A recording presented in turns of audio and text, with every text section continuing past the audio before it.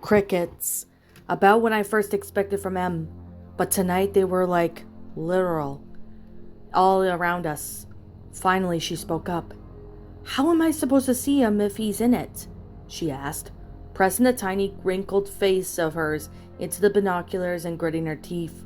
She had braces now, blue ones, her favorite color, and in sight, I realized that she wasn't as little as I saw her.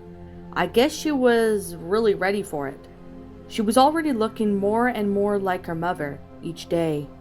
God, how old was she now? How old was I? I took a deep breath from that crisp alpine air and rubbed her back. It was warm because of the fire, and I knew as long as we were near it, we wouldn't need a bug spray. Not yet, anyway. "He's not actually in it, Em," I said, gazing at her, gazing up at the moon. "It's a figure of speech." "What's that?" I sighed. "It means like remember when Mom used to say to you, 'Come here, Peach'?" "Yeah," Em said, never once lowering her binoculars. She was curious as a cat, just like her old man. "Well, aren't you a peach?" "No," she drawled. "All right, because it's a figure of speech. Just like how there's no guy actually in the moon. People just say you can see the face of its surface." I repositioned myself on the log and leaned down, closer to her face. "Do you see those craters I was telling you about?" "Yeah, those are his eyes." She paused. "Actually?" "Well," I said, rolling my eyes until they met with the white ball in the sky. "That's what people say. People also say the moon's made of cheese, but it's made of cheese?" At this point, Em completely abandoned the whole stargazing thing and dropped the binoculars onto her lap. I let out a soft chuckle and realized that if there was one thing to grab Em's attention, it was cheese. Speaking of which, I remembered. At that point, I had packed some both of string and cubed. "I don't know," I shrugged. "I've never tried it." "The moon?" Em asked, with eyebrows raised again. I chuckled as I reached into my knapsack, pulling out the cubes. "Yeah," I said. I winked and tossing her the Ziploc bag for cheese cubes. "Why don't you give those moon rocks a taste and tell me?" A slick smile crossed Em's face as she popped the bag open and shoved the handful of moon rocks into her mouth. I grinned. "Cheesy?" She nodded delightedly. I leaned back some, careful not to force the moss-smothered timber roll from under me, and peered up into the sky, with only the crickets, the crackle of the fire, and my daughter munching on these cheese-filled silence that was otherwise deafening. There was hardly any light pollution up, and there, the only glow could only be seen was the milky moon and maybe a handful of fireflies. I sighed. It was now time for the dreaded talk. The reason why I brought Em out there. "I wish your mom could have been here to tell you this, but..." "What?" She cocked her head a bit like a bird. I shook my long face. I couldn't help but roll my eyes, and a slight smile smeared across it. Victoria was so much better at these types of things. "Well, you're getting older, Em, and..." A flashlight streaked across the sky. Em looked up and immediately pointed a finger into the dark clouds looming overhead. A second later, a second finger formed a peace sign, and she continued verbally. 3, 4... A crack of thunder boomed somewhere in the distance. Em's hand waddled into a fist as she turned to me. 4 miles away, Dad," she said. I nodded down at her. "Em, you're getting older and..." I started, still looking down at her. And, well, I'm proud of you." I chickened out. "Thanks, Daddy," she said. I nodded and just stood there like another flash shone through the trees. Again, Em started counting. 1, 2, 3... A rumble of thunder shook the ground, and I immediately threw my head over my shoulder and eyed the tent. "I think we should call it a night," I said, turning back to face Em. She was already nodding in agreement. So I hoisted her up and carried her inside and zipped her in her sleeping bag, which was blue, of course.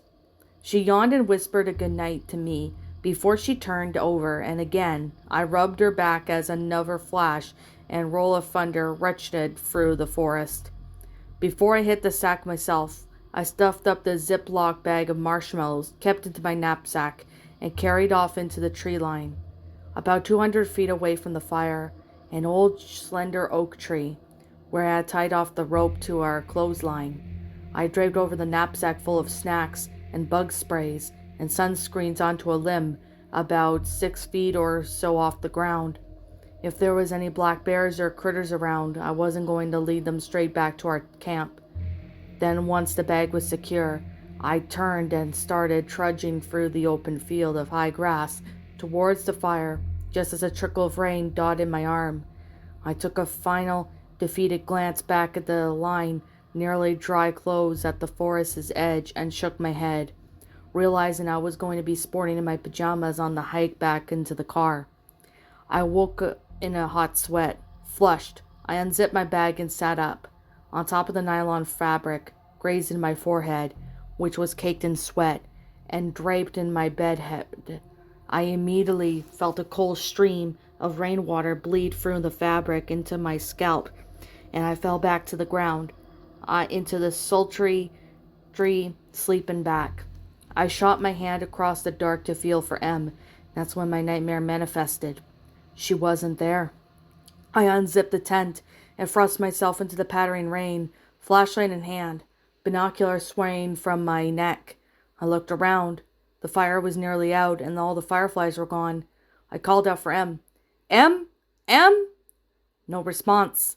I got louder, not caring if any bears heard me. Emma! Peach! I was only met with a distant grumble of thunder. Not even the crickets accompanied me now.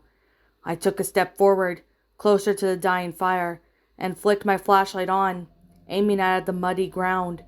It was littered with cheese string. What the hell? I murmured. I immediately shot up the flashlight's beam to the tree line. The knapsack was gone, and the distant ground was scattered with M's and I's clothes. I could feel the warmth stream down my face, and realized it wasn't the rain. It was my tears. I let out a shrill cry, a gush of breath materializing from my mouth. As I took a step closer to the faraway forest, unsure of what to do as the grass crunched beneath my socks, the pale moon lingered off the distance, its oblong, faceless face mocking me. I lifted the binoculars to my eyes and peered through. M wasn't anywhere to be seen. Only angular limbs off of trees, the teeter-up rope that was once upheld by our clothes, now barren, aside from a single black tie. That's when she faded into view. M, from where within the pitch-black bush of the trees, she emerged, seemingly skipping. I instantly felt the spring of the footing that started galloping towards her. But something held me back. Something that turned hot sweat of mine into a sting of sharp coldness running down my neck. Her feet weren't touching the ground. My bed head stood at the end as I realized what she was doing. She was hanging there, just like how her clothes hung from the clothesline, and through there now, foggy lens of binoculars, I could see, through my tears, and that face was dropped down like a wilted flower, and what little prance she was doing was nothing more than the thing holding her up, that limb bouncing ever so slightly up and down like the rattling of a cat toy. I am paralyzed here, now standing in this field across the woods, a dead fire and flooded tent behind me, not only because I know that it isn't my daughter and that I would never bring a tie to go camping, but I have now realized gravely that isn't the moon. What's up, my pretties? It's the Lion Queen here. I want to appreciate you all for tuning into this video, and I do appreciate you guys supporting my video by giving this video likes and stuff. If you really enjoyed this video, be sure to leave a like, comment and subscribe if you're new, ring the bell for notifications to when I upload so that way you guys will get updated for whenever I upload. If you want to follow me on Twitter or DeviantArt, feel free to leave a follow on those if you are interested in following me on those socials. If you want to support my backup channel, known as Miss Dark Shigo, feel free to subscribe to it, as a link to that will also be in the About page section. And with that being said, and that being the case, Thank you so much for watching, my pretties, and as always, stay pretty.